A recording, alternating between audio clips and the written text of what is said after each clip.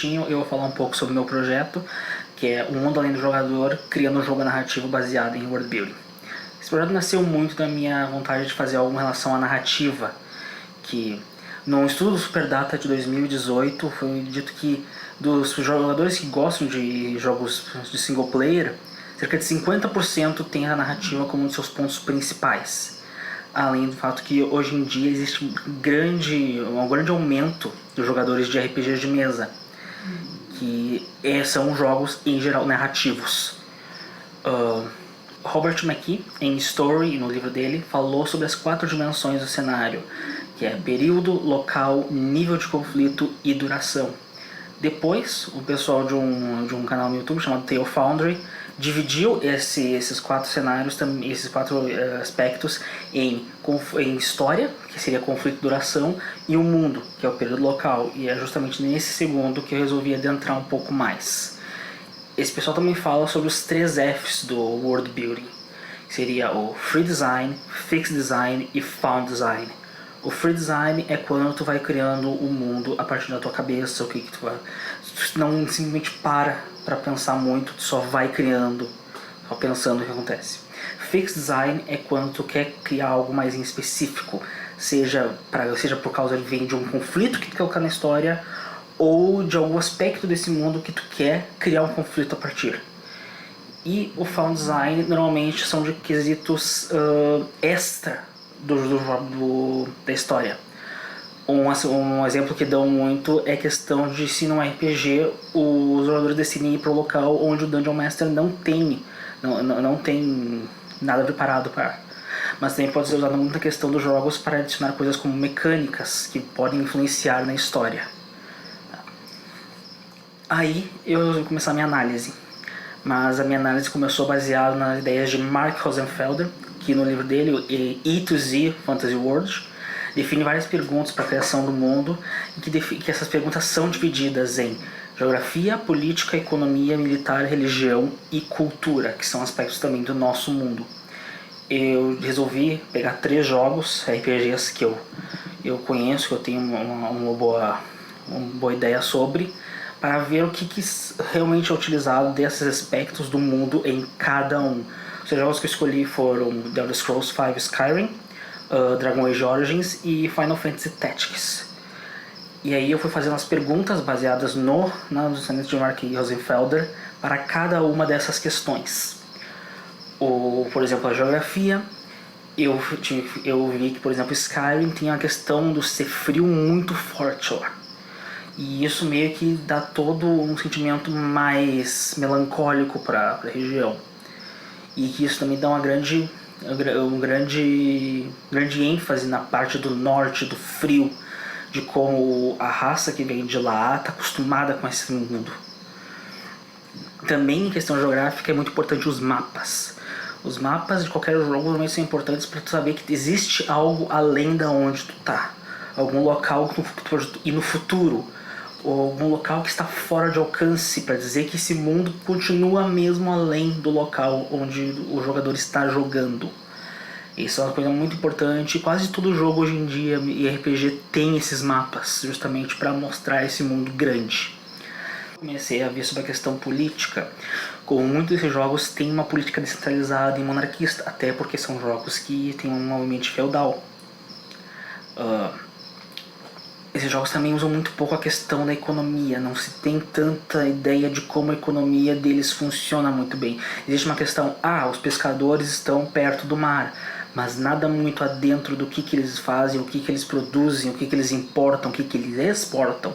Esses jogos fazem muito pouco disso, e até algo que em outros jogos eu acho que é uma coisa bem escassa, podemos dizer.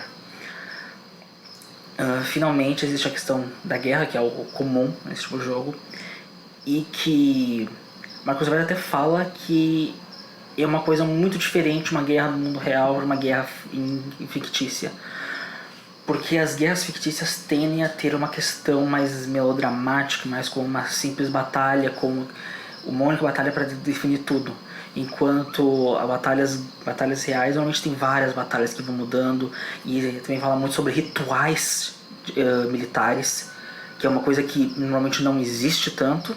Até raras, algumas ocasiões existem, mas são bem menos. E também tem a questão da evolução da tecnologia, porque raramente a gente vê essa evolução nesses jogos, de como a tecnologia vai evoluir para isso. Enquanto no mundo real a evolução da tecnologia é basicamente feita para a guerra. Então foi uma coisa mais interessante, porque Steve Winter, um outro autor, fala como existe uma falta de monoteísmo nas religiões de fantasia. Porque tudo ser politeísta. Ele até tem uma visão mais de RPG, onde os jogadores vão querer ter um deus diferenciado justamente para dar mais personalidade pro seu personagem. E vários jogos têm essa natureza politeísta, inclusive os próprios Skyrim.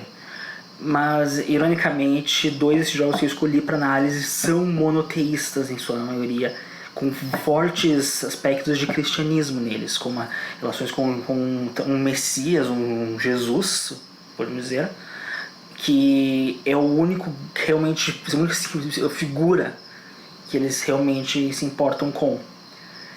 Também é notado que a religião é muito junta do desse conflito desses jogos. No Skyrim, o conflito é por causa que a raça do Skyrim não poderia mais idolatrar um deus.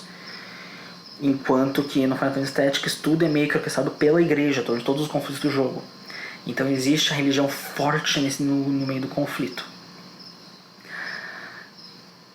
Também é legal ver que no Dragon Age Origins existe um monoteísmo, mas também existe um politeísmo, porque cada uma das raças do jogo tem suas crenças. Isso é algo bem interessante e bem importante, coisa que não é tão comum assim. Porque normalmente todo o grande panteão, todo o pessoal do mundo vai idolatrar um mesmo panteão. Enquanto isso, no Dragon Age Origins existem os deuses para os elfos, para os humanos, e um outro tipo que para os anões, que não são bem deuses, mas são grandes anões da história, até para mostrar o pragmatismo desses anões comparados às outras raças. Enquanto eu estava procurando também, eu vi um trecho que eu achei muito interessante, de Terry Pratchett, que é basicamente Death Ripples, que é basicamente a ideia que qualquer ação é muito maior do que ela realmente é, e que ninguém realmente vai estar morto até que todas as suas ações parem de ter o efeito que elas tiveram. E isso pode demorar muito mais tempo do que realmente só a vida da pessoa. E aí, depois de ter feito essas análises, que eu vou muito mais adentro no artigo, claro, eu comecei a pensar sobre o projeto do jogo. Que o meu objetivo maior era fazer um mundo que tentar ser o mais próximo de real possível. Claro que isso é uma ideia até meio louca para conseguir, porque não é bem assim, mas que ele também tivesse uma questão de evoluir com o tempo. Eu queria que esse mundo não fosse estagnado, que ele vá com o passar do tempo do jogador, que ele evolua, que ele mude, e que as próprias ações dos jogadores talvez tenham um efeito nisso, e ações até que o jogador não pode afetar para mudar esse mundo. Também a utilização dos 3F, justamente, o Free, o Fixed e o Found, para tentar criar esse mundo com uma certa metodologia dele. Eu decidi fazer uma mecânica de mercatorial, que o personagem principal é o mercador, justamente para ter um foco no mundo e em questões dele, tipo, como a economia, como a geografia, e menos foco em questões como batalha, por exemplo, que eu não queria colocar justamente para não tirar o foco. E também, para cada ação, quando eu fiz o esboço de cada uma, eu dividi elas em duas características, uma primária e uma secundária, para ter uma ideia de fazer as ações diferentes o suficiente, para depois começar a criar mais em volta dela, justamente usando um fixed design para ver o que eu queria de cada uma. E é basicamente isso, meu artigo. Muito obrigado e... ok.